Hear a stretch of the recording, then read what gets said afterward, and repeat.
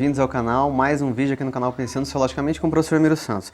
Nesse vídeo a gente vai fazer a resolução comentada da prova do concurso de provas de títulos da cidade de Três Lagoas, concurso FAPEC 2022. A banca é FAPEC, como vocês estão vendo na tela.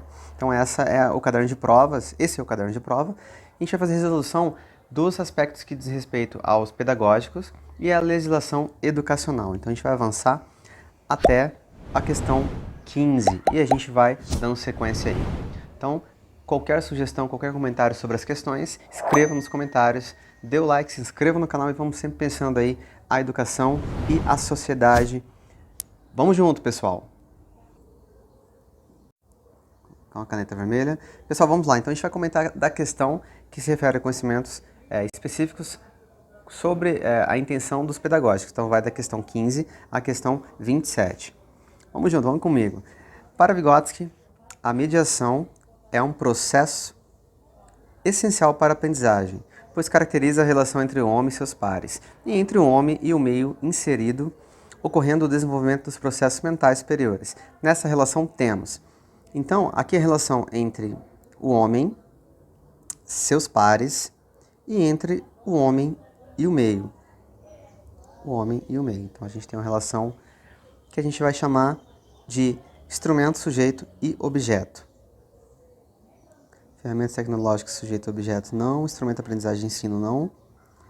Ferramentas tecnológicas, aprendizagem e objeto, não. Então é a letra A.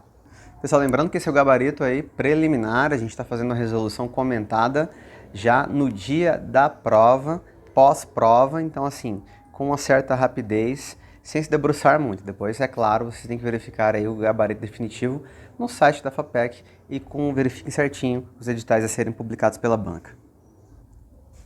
Bom, 16. Compreende a educação básica segundo a lei, a LDB, Lei de Diretrizes e Bases da Educação Nacional. O que? Ensino infantil? Não. Educação infantil, ensino fundamental 1 e 2? Não, porque está faltando. Educação infantil, ensino fundamental e ensino médio. Bom, então é essa, pessoal, ó, letra C. Educação infantil, ensino fundamental e ensino médio. Lembrando que isso aqui é a etapa da educação básica, né?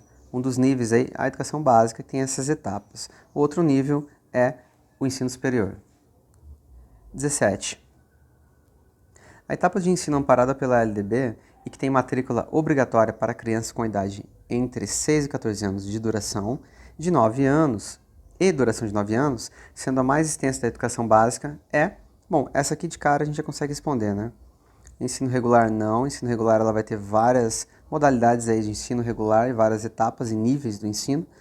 Remoto não, pode ser em várias outras modalidades. Ensino híbrido também é uma característica de metodologia ativa, não se refere a uma etapa. Então ele quer, ó, a etapa. Ensino fundamental. Bom, vamos lá, 18. Tornar os estudantes atores responsáveis pela sua aprendizagem, e não apenas espectadores, mas produzindo agentes comprometidos de maneira autônoma. Então, a pessoa enquanto agente, estudantes enquanto atores responsáveis, comprometidos de maneira autônoma e participativa na construção do conhecimento. Então, aqui a gente poderia falar aí que é algum tipo de tendência, né? Escola novista, da escola nova, outras coisas mais.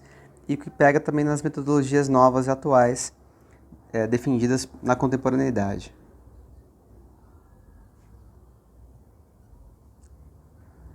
Participativa na construção do conhecimento, potencializada com ações convergentes de diferentes formas de aprendizagem. Respeitando o ritmo, tempo e estilo, é o objetivo das... Bom, metodologia científica é resolver um problema de pesquisa, metodologia de pesquisa é desenvolver uma metodologia a fim de resolver um problema também de pesquisa. Metodologias tradicionalistas não tem o sujeito como o principal, então a gente sobra metodologias ativas. Então, esta 17 é letra C. 17 não, pessoal, 18, letra C. Vamos que vamos. Bom, questão 19. Vou colocar a caneta de novo. As tendências educacionais do século XXI apontam para um ensino que promova uma relação entre tecnologias digitais, personalização, empoderamento do aprendiz e a construção do conhecimento. integrando o ensino presencial, e as propostas de ensino online. A tendência descrita é, então quem leu aí José Moran, né, Lilian Batic também, vai lembrar aí do ensino híbrido. Então essa tendência que promove o uso de tecnologias digitais e uma construção aí que vai integrar dois tipos, né, duas propostas, por isso o termo é chamado de híbrido. Então, letra A, questão 19, letra A, ensino online não, educação tecnológica não, sala de aula compartilhada também não. 20. Compreender o ser humano como sujeito histórico e cultural, atenção para as palavrinhas que não são sem razão, histórico e cultural que se constitui na interação das experiências adquiridas, outra palavrinha importante, experiências adquiridas cotidianamente, na cultura, e que modifica e é modificado nessa relação. É a perspectiva da teoria histórico-cultural. Então, quem falou sobre isso? Jean Piaget. Não é teoria... tem um pouquinho da história, mas é muito construtivista na figura das etapas de desenvolvimento da pessoa, do estudante. Henri Vallon falou sobre afetividade, né? E Levi-Vygotsky é né? Teoria histórico-cultural. Então, 20, letra C. 21. Compreende-se como um processo de ensino e aquisição de códigos alfabéticos e de sua utilização como código de comunicação, fator preponderante para o domínio da leitura e do sistema de escrita. Esse processo é denominado... Bom, escrita é apenas e tão somente escrever, comunicação é comunicação de várias formas. Então, o código alfabético, né, a aquisição, juntando aí a comunicação, os aspectos que dizem respeito à interação social, tem o nome de letramento. Então, a 21 vai ser a letra A. 22. Lembrando, pessoal, que a gente pegou essa prova a partir de um documento impresso, depois escaneado, por isso que a gente não conseguiu ainda colocar para devolver e fazer respostas mais rápidas. A gente não fez numa produção, num PowerPoint, numa apresentação, como seria mais coerente. Mas vamos responder aqui para que vocês tenham essa resposta comentada. Questão 22. A Lei de Diretrizes e Bases da Educação Nacional, a LDB, instituiu um instrumento orientador da ação educativa escolar. Então, está falando de um instrumento orientador. Nele constam a missão e o público atendido pela escola. Missão e público. Apresenta os dados de aprendizagem, as estratégias para a relação com a família, as diretrizes pedagógicas, entre outros. Este importantíssimo documento é conhecido por... Bom, regimento escolar. O regimento escolar ele vai ter alguns dados, sobretudo, sobre normas, deveres e direitos. Né? Então, aqui vai ser letra B, projeto político-pedagógico. Plano de ação não, estatuto também não. Bom, 23. A estrutura organizacional da escola, segundo Veiga, é composta de dois tipos básicos de organização. Então, ela está querendo aí dois. Onde um assegura a alocação e a gestão de recursos humanos, físicos e financeiros, e a outra se refere às funções educativas, às interações políticas, às questões de ensino-aprendizagem e às de currículo. Os tipos básicos da estrutura organizacional são... Vamos lá, pessoal, aqui é da autora Veiga, e ela diz muito sobre PPP, sobre comunidade, sobre interação escolar e mais um monte de coisa. Então, nesse caso, né, os tipos básicos de estrutura organizacional são administrativos e pedagógicos? Sim. Administrativos e curriculares, não. Pedagógicos e educativos, não. Pedagógicos e curriculares, não. Então, letra A. Lembrando que eu tenho aqui a ajuda da Jaqueline Braga, né, pedagoga, especialista em educação. Ela vai me dando dica também, algumas questões que eu tiver dúvida em relação aí os temas, né, da pedagogia. Vamos que vamos. Pessoal, 24. Conjunto de atividades interligadas para trabalhar uma unidade temática que foi planejada para um ensino por etapas. Então, refere-se a atividades, conjunto de atividades, trabalhar uma unidade temática por etapas. E organizadas para atingir os objetivos de aprendizagem, é conhecida como atividade de aprendizagem. Atividades são várias coisas que podem ser atividades, práticas pedagógicas são várias, plano de aula é o que se faz antes das atividades.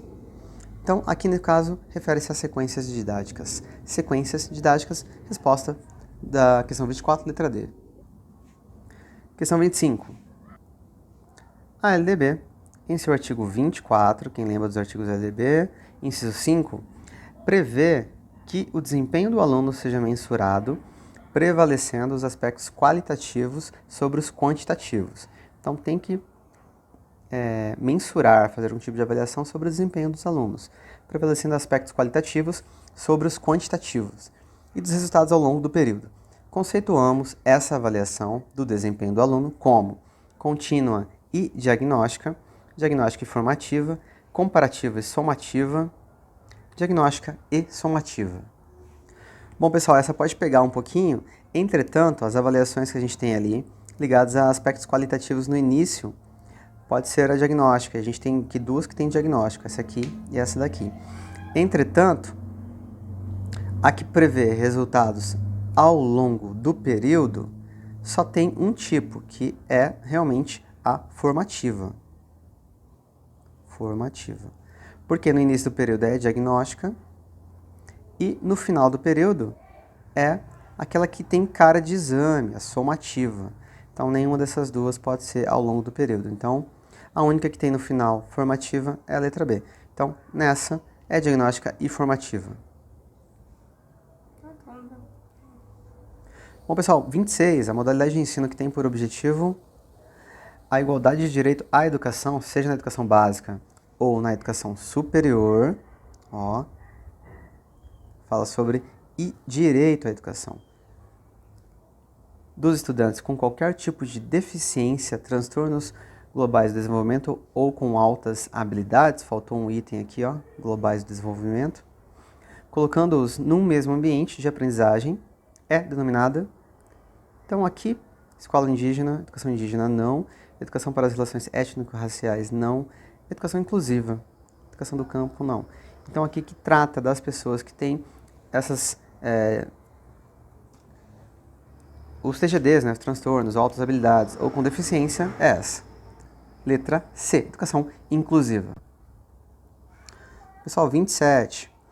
A LDB, Lei de Diretrizes e Bases da Educação Nacional, enfatiza que a educação abrange os processos formativos que se desenvolvem na vida familiar, na convivência humana, no trabalho e nas instituições de ensino, pesquisa, nos movimentos sociais e organizações. Eu devo ter comentado sobre essa questão, esse artigo em algum vídeo anterior aqui no canal. Bom, sociedade civil nas manifestações culturais. Nessa perspectiva, podemos afirmar que a função social da escola é... Bom, função social da escola é apresentar conhecimentos acumulados. Só apresentar? Isso serve à escola? Não. Provar que o estudante não sabe de nada? Não. Iluminar o senso comum? Não. Desenvolver potencialidades para que seja um cidadão capacitado participativo na sociedade. Então, eu vou na letra D, questão 27. E a gente, na primeira parte, né, que era essas questões que envolvem aí, os conhecimentos específicos, e lá na frente a gente continua. Vamos pular um pouquinho algumas questões.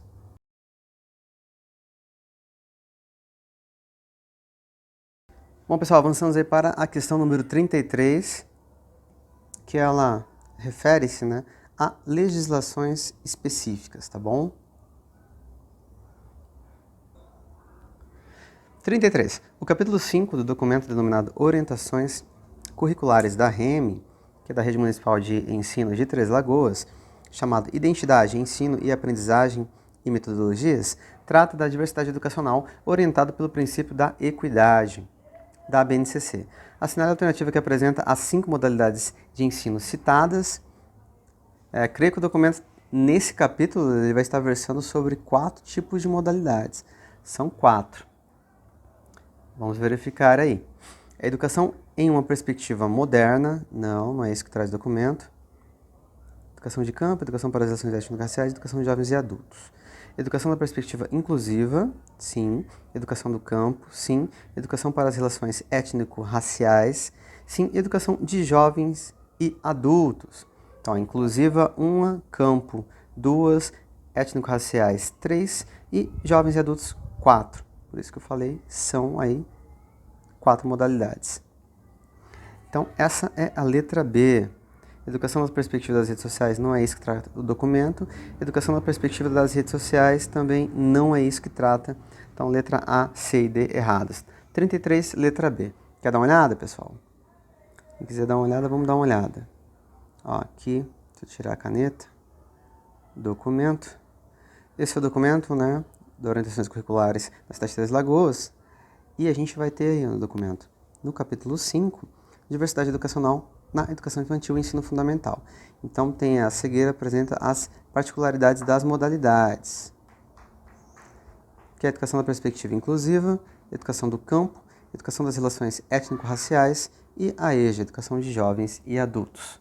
É isso. Bom, e aí, pessoal, lembrando que tem esse item, né? 5 modalidades.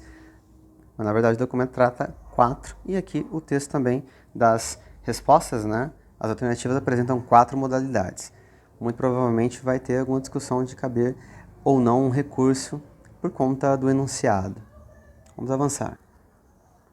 Pessoal, vamos avançar 34. Ao longo da educação básica, as aprendizagens essenciais definidas pela BNCC, aprendizagens essenciais, que é a formação geral básica incluída na BNCC, devem concorrer para assegurar aos estudantes o desenvolvimento de 10 competências gerais, que consubstanciam, no âmbito pedagógico, os direitos de aprendizagem e desenvolvimento. Na BNCC, a competência é definida como, falamos também, esses dias eu coloquei aí no glossário, né? No ABC da educação, se eu não me engano foi o vídeo 3, dá uma olhadinha aí. Pessoal, então, competências nesse caso, como que é definida na BNCC? A mobilização de conhecimentos,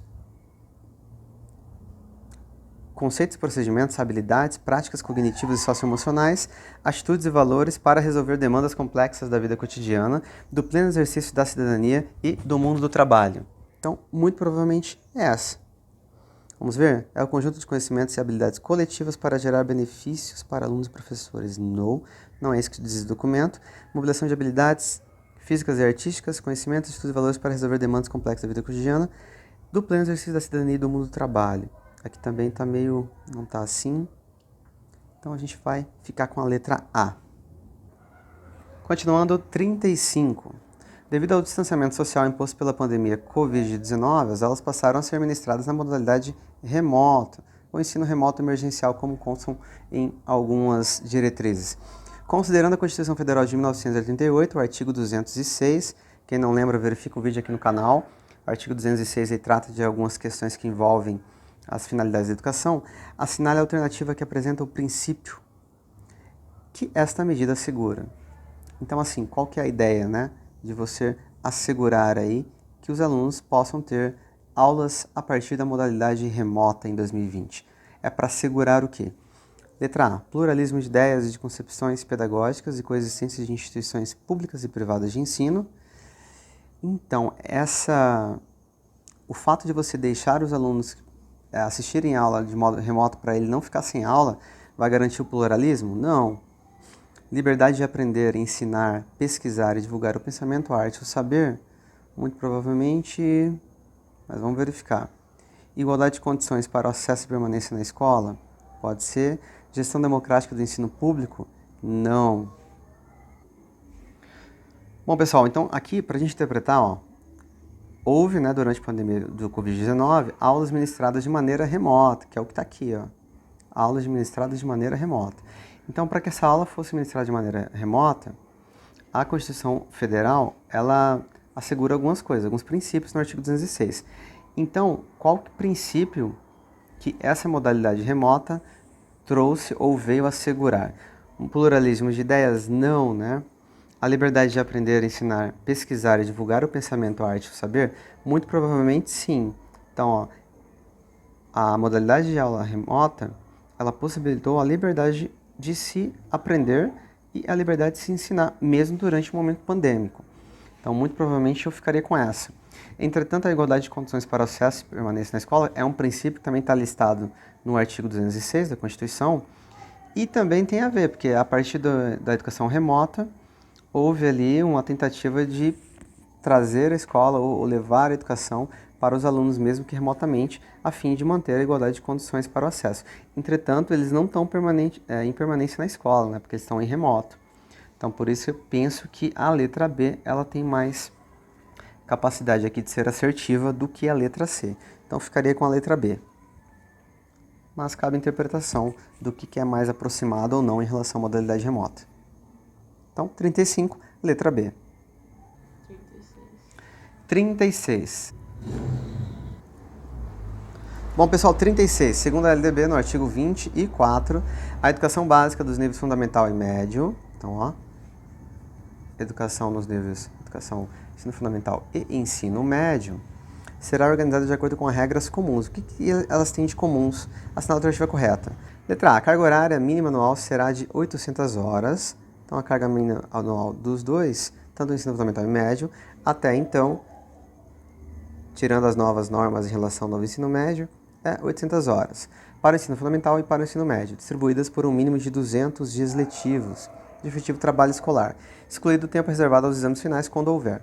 Então, a gente não está falando de período pandêmico, né? Senão aí ia ter aquela lei 14.040, não é essa. Então, se não é período pandêmico, tem que ter esse mínimo de 200 dias de trabalho efetivo. Então, eu ficarei com a letra A.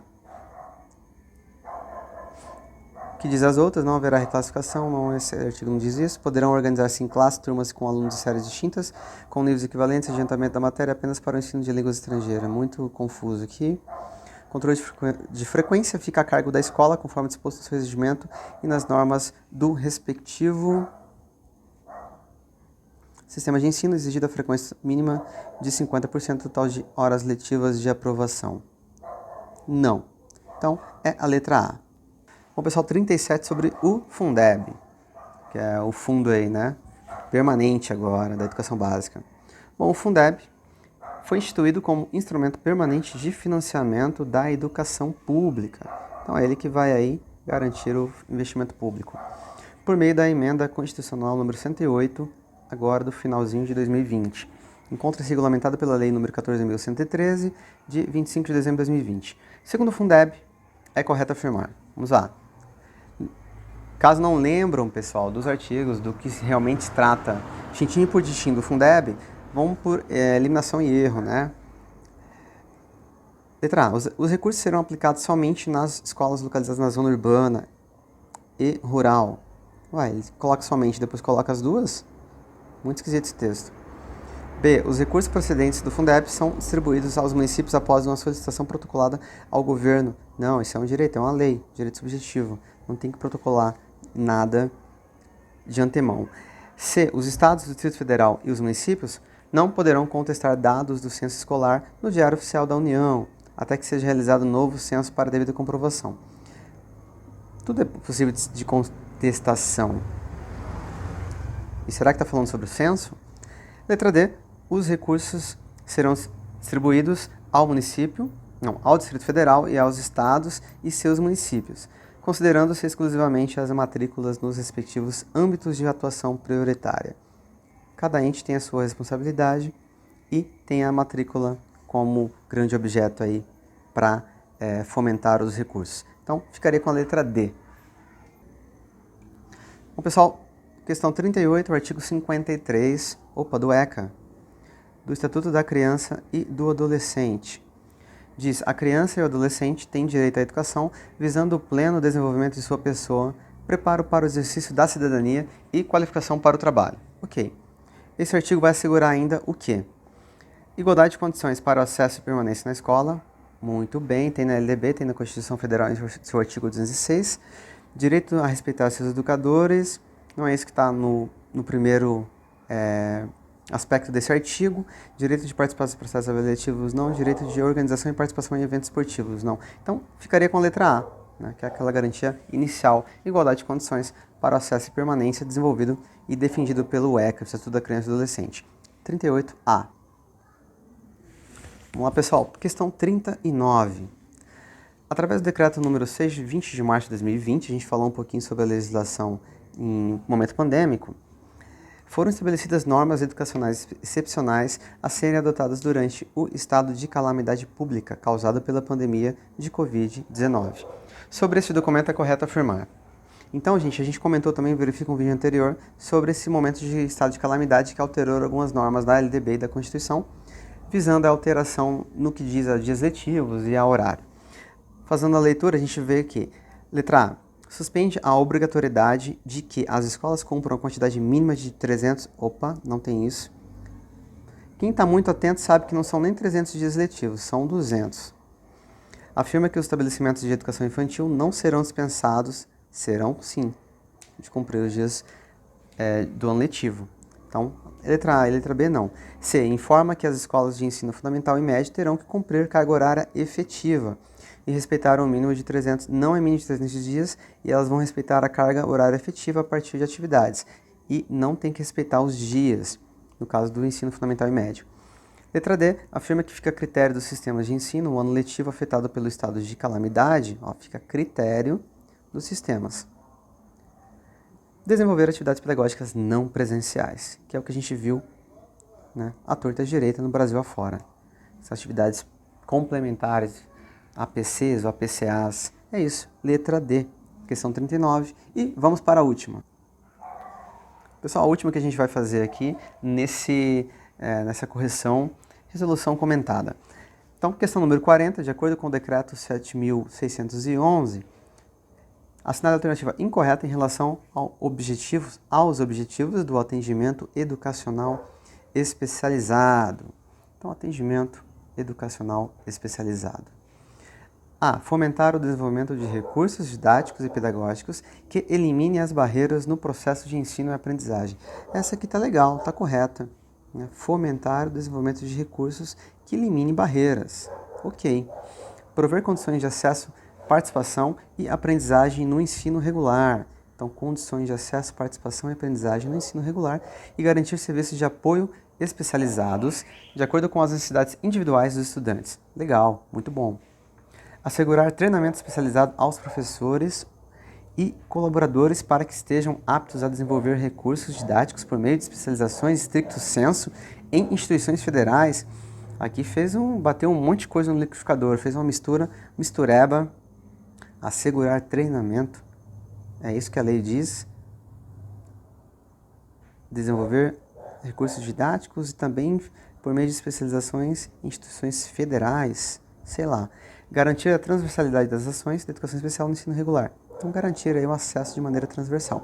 Então, todas essas outras aqui estão ok, só que ele não quer a correta, ele quer a incorreta. A incorreta, então, é essa do treinamento especializado. Está bem confusa a alternativa C. Então, eu ficaria com essa. Questão 40, alternativa C. Valeu, pessoal. Essa foi mais uma resolução comentada, pós-prova. Então, a prova eu penso que estava adequada, pelo menos esse primeiro momento, esse primeiro contato. Então, acho que muita gente vai bem. Quem estudou, quem participou no canal, quem fez algumas leituras, é só sucesso e eu torço muito por vocês. Então, um forte abraço. Vamos sempre pensando na educação, a sociedade e a complexidade do real. Valeu! Se gostou, compartilhe.